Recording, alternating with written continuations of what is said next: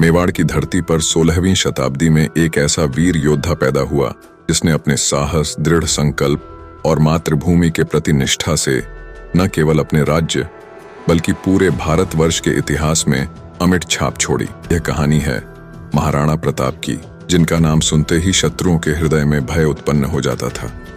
महाराणा प्रताप का जन्म 9 मई 1540 को कुंभलगढ़ के दुर्ग में हुआ। उनके पिता उदय सिंह मेवाड़ के महाराणा थे। बचपन से ही प्रताप अन्य राजकुमारों से अलग थे। वे कठोर प्रशिक्षण और शौर्य की शिक्षा में गहरी रुचि रखते थे। उनके बाल्यकाल में ही उनकी माता जयवंता बाई ने उन्हें स्वाभिमान और धर्म के मार्ग पर चलने की शिक्षा दी। एक बार बालक प्रताप अपने दोस्तों के साथ खेल रहे थे। खेल खेल में किसी ने मजाक में कहा, अगर अकबर हमारे राज्य पर हमला करे तो क्या तुम डरकर भाग जाओगे? इस पर बालक प्रताप ने दृढ़ स्वर में कहा, मेवाड़ का एक भी पत्थर शत्रु के हाथ नहीं जाने दूंगा। ये वाक्य उनकी भावी निष्ठा का परिचायक था। महाराणा प्रताप का जीवन संघर्षों से भरा था। 1572 में उदय सिंह के निधन के बाद प्रताप को मेवाड़ का राजा बनाया गया। उस समय पूरा भारत मुगल सम्राट अकबर के अधीन हो रहा था।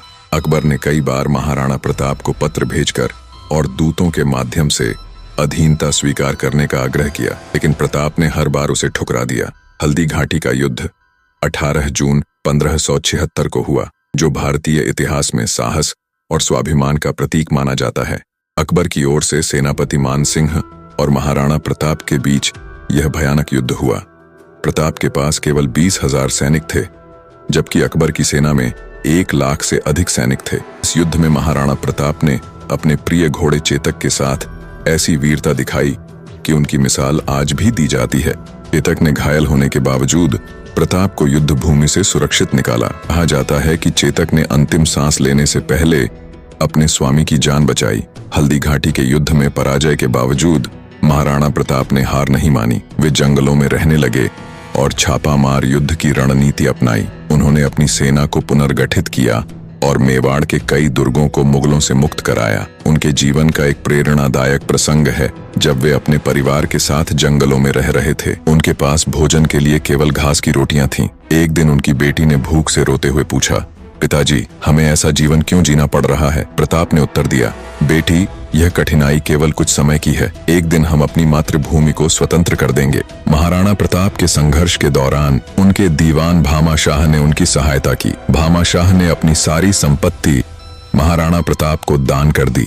इस धन से प्रताप ने अपनी सेना को फिर से तैयार किया और मेवाड़ के खोए हुए क्षेत्रों को पुनः प्राप्त करने का अभियान शुरू किया। महाराणा प्रताप ने अपने अंतिम वर्षों में कई दुर्गों को मुगलों से वापस छीन लिया। उन्होंने यह सिद्ध कर दिया कि शक्ति केवल संख्या में नहीं होती, बल्कि साहस, संकल्प और मातृभूमि के प्रति समर्पण में होती है। 19 जनवरी 1597 को महाराणा प्रताप का देहांत हुआ। उनकी मृत्यु पर पूरी मेवाड़ भूमि शोक में डूब गई। उन्होंने अपना जीवन मातृभूमि की रक्षा और स्वतंत्रता के लिए समर्पित कर दिया।